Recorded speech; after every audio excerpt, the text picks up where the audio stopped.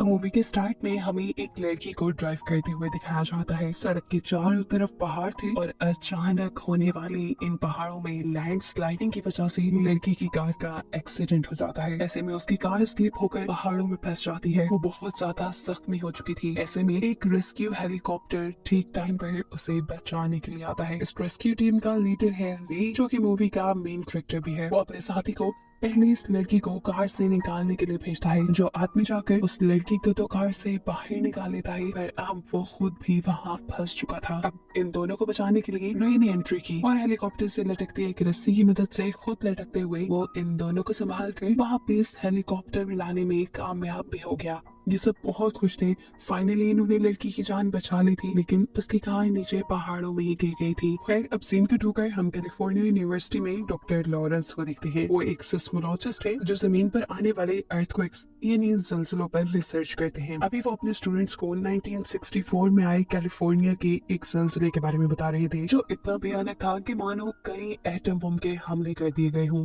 इसकी तबाही के असरात कई साल तक कैलिफोर्निया ने देखे। लॉरेंस बताते हैं कि ऐसा खतरनाक सिलसिला 150 साल में एक मर्तबा जरूर आता है। वो बताते हैं कि कैलिफोर्निया की सैन एंड्रेस की फोर्ट लाइन बिल्कुल जमीन की टेक्टोनिक प्लेट्स के ऊपर है, यानी कि अर्थक्वेक का खतरा इस जगह पर सबसे ज्यादा है। फिर थोड़ी देर बाद हमें दिखाया जाता है कि जब डॉक्टर लॉरेंस अपने ऑफिस में थे, तब उनके एक कलीग उनके पास आते हैं और उन्हें बताते हैं कि अभी एक ज़लज़ला आया है। ये लोग फौरन अपना काम छोड़कर उस ज़लज़ले की शिद्दत को नापने के लिए चले जाते हैं। ये दोनों जाते हैं एक बहुत बड़े डैम के ऊपर, जहाँ से इन्हें इस अर्थक्वेक की शिद्दत को नापना था। और जब ये लोग ये काम कर रहे थे, एकदम से इनकी मीटर के ऊपर वेव्स चेंज हो जाती है। वेव्स का इतनी तेजी से बढ़ जाना खतरे से खाली नहीं था। इससे पहले कि लोग कुछ सोचते या करते, यहाँ एक बहुत ही भयानक ज़लज़ला आ जाता है। असल में वेव्स का बढ़ना ज़लज़ला आने की एक निशानी थी। सभी लोग अपनी जान बचाने के लिए वहाँ से भागते हैं। डॉक्टर लॉरेंस के कुलीग भी जान बचाने के लिए यहाँ से भाग रहे होते हैं। उन्हें तभी वहाँ डैम में फंसी हुई एक बच्ची नजर आ जाती है, जिसकी जान बचाते हुए वो जैसे ही आगे बढ़ते हैं तो एक और बड़ा ज़लज़ले का झटका उन्हें वहीं रोक देता है। वो उस बच्ची को बचाने के लिए डॉक्टर लॉरेंस की तरफ गिरा देते हैं और तभी आने वाला एक और भयानक झटका उस पूरे डैम को बर्बाद कर देता है, जिसमें डॉक्टर लॉरेंस के साथी मारे जाते हैं। सीन कट होकर हम रे को देखते हैं, जिसे इमरजेंसी में उसी डैम पर आने का मैसेज मिला है जिस डैम के ऊपर वो ज़लज़ला आया था। बहुत से लोग वहाँ फंसे हुए थे। जाने से पहले नायक अपनी बेटी को बाय कहता है, जो कि आजकल अपनी मोम के साथ रहती थी। यानी रे और उसकी वाइफ का डिवोर्स हो चुका था और रे की बेटी अपनी मोम और अपनी मोम के फियांसे के साथ रहती थी। डेनियल को आज किसी मीटिंग के सिलसिले में सैन फ्रांसिस्को जाना है, जिसमें वो एमा और ब्लैक को भी अपने साथ लेकर जाने वाला था। सैन फ्रांसिस्को में ब्लैक को एक लड़का मिलता है। उस लड़की के साथ उसका छोटा भाई भी था, जिन दोनों से बात करके ब्लैक को बहुत अच्छा लगता है और जल्द ही इन तीनों में दोस्ती हो जाती है। खैर, यहाँ हमें दिखाया जाता है वो डैम जो ज़लज़ले की वजह से तबाह हुआ था, उस तबाही की खबर अब पूरी दुनिया में फैल चुकी थी। क्योंकि ज़लज़ले के टाइम पर डॉक्टर लॉरेंस वहीं पर थे, इसलिए रिपोर्टर डॉक्टर लॉरेंस का इंटरव्यू लेने के लिए आई थी। वो डॉक्टर लॉरेंस से सवाल करती है, बताएं कि वहाँ पर ज़लज़ला कैसे आया था। इससे पहले कि डॉक्टर लॉरेंस को जवाब देते, डॉक्टर लॉरेंस के दो स्टूडेंट घबराते हुए उनके पास आते हैं। उनके पास कोई रिपोर्ट थी और जैसे ही ये रिपोर्ट डॉक्टर लॉरेंस ने देखी तो वो भी घबरा गए। उन्हें मालूम हुआ था कि सैन एंड्रेस के अंदर एक बहुत ही बुरा ज़लज़ला आने वाला है। ये ज़लज़ला इतना खतरनाक साबित होने वाला था कि वो आसपास के सभी शहरों को भी अपने लपेट में ले लेता। इस सिलसिले को आने में थोड़ा ही वक्त रह गया था, यानी इनके पास इतना वक्त भी नहीं था कि उन शहरों से लोगों को पहले ही बाहर निकाल लिया जाए। यहाँ हम रे की वाइफ एमा को देखते हैं, जो एक बिल्डिंग के टॉप पे एक रेस्टोरेंट में मीटिंग कर रही थी। अचानक उसके टेबल पे रखी सारी चीजें हिलने लग जाती हैं। असल में ज़लज़ला शुरू हो चुका था। इसी बिल्डिंग के साइड व्यू में हम देखते हैं कि वहाँ मौजूद सभी ब्रिजेस टूट चुके हैं।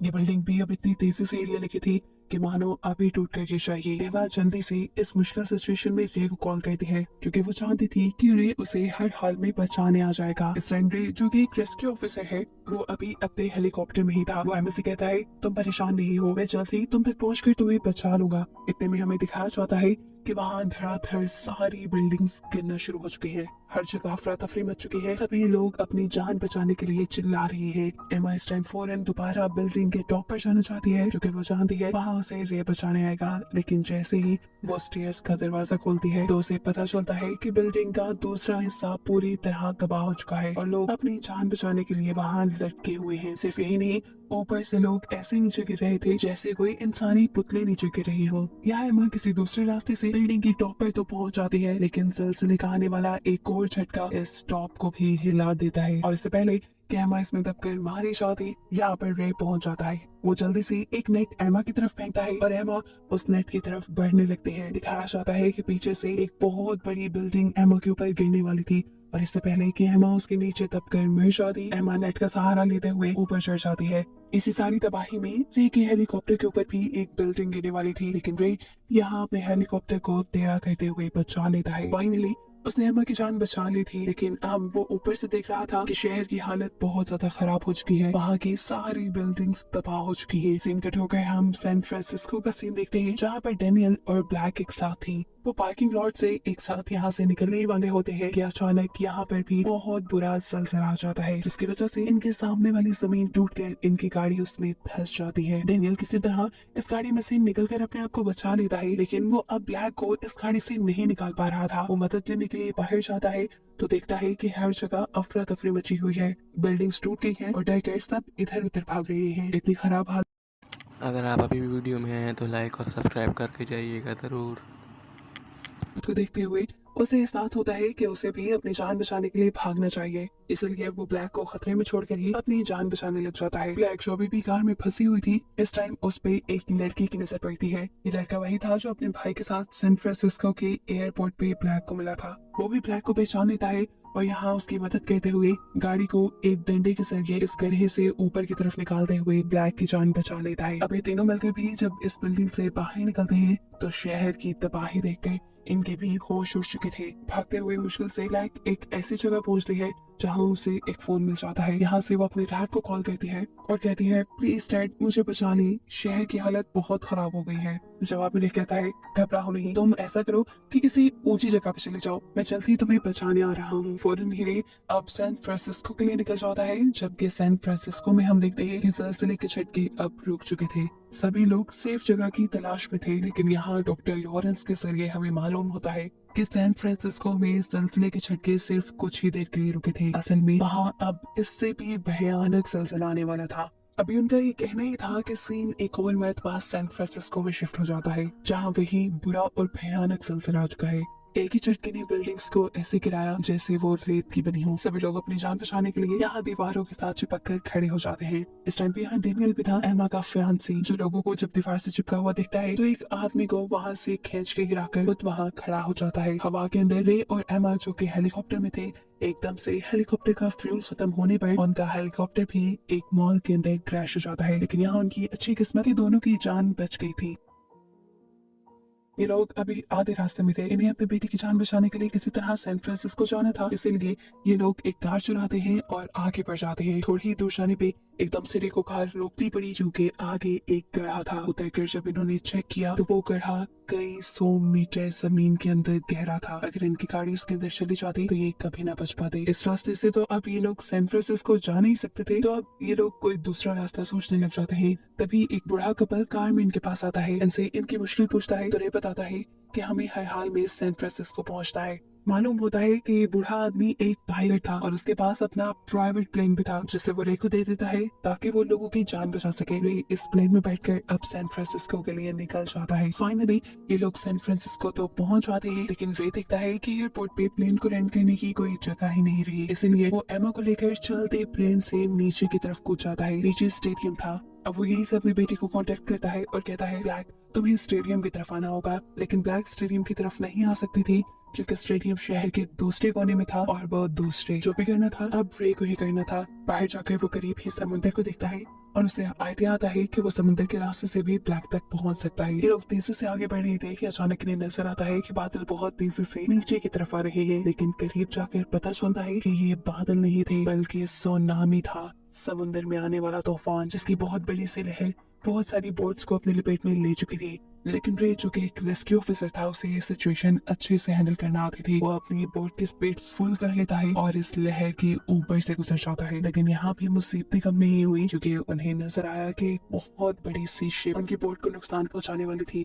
लेकिन रे अपनी बोट को तेजी से दूसरी तरफ मोड़ते हुए इस शिप से तो अपने आप को बचा लेता है, लेकिन हम उसके ऊपर के कंटेनर भी इन लोगों के ऊपर गिरने वाले थे। रे अपनी बोट को कंट्रोल करते हुए इन कंटेनर से भी बचकर आगे बढ़ जाता है। फाइनली ये लोग अब वहां पहुंच चुके थे जहां उनकी बेटी थी, लेकिन इन्हें यहाँ अपनी बेटी कहीं नहीं नजर आ रही, क्योंकि ब्लैक इस टाइम एक बिल्डिंग के अंदर है। ब्लैक ने अपने मॉम डैड को देख लिया था, वो इन्हें आवाज देती है, लेकिन खिड़की पे लगे हुए कांच की वजह से आवाज उन तक पहुंच नहीं पाती। ऐसे में ये लोग वापस जाने लगे, लेकिन तभी एमा ने नोटिस किया कि उसके हाथ पे ग्रीन लेजर लाइट आ रही है। ये लोग पीछे मुड़कर देखते हैं तो फाइनली ये लोग ब्लैक को देख चुके थे। इससे पहले कि ये लोग आगे बढ़कर ब्लैक को बचा लेते, समुद्र में आया हुआ बुरा तूफान जो इस शहर को पहले से ही लपेट में ले चुका था, उसकी एक और लहर इस बिल्डिंग को तबाह कर देती है और ऐसे जिस फ्लोर के अंदर ब्लैक थी वो पूरा का पूरा फ्लोर पानी के अंदर डूब जाता है। ये देखते हुए रे फौरन पानी में जंप करके अपनी बेटी को बचाने के लिए निकल जाता है। ब्लैक का साथी भी एक स्टिक की मदद से ये कैबिन तोड़ने की कोशिश कर रहा था, लेकिन शीशा बहुत ही मजबूत था, उसके लिए करना नामुमकिन हो रहा था। और तब एमा उसे देखते हुए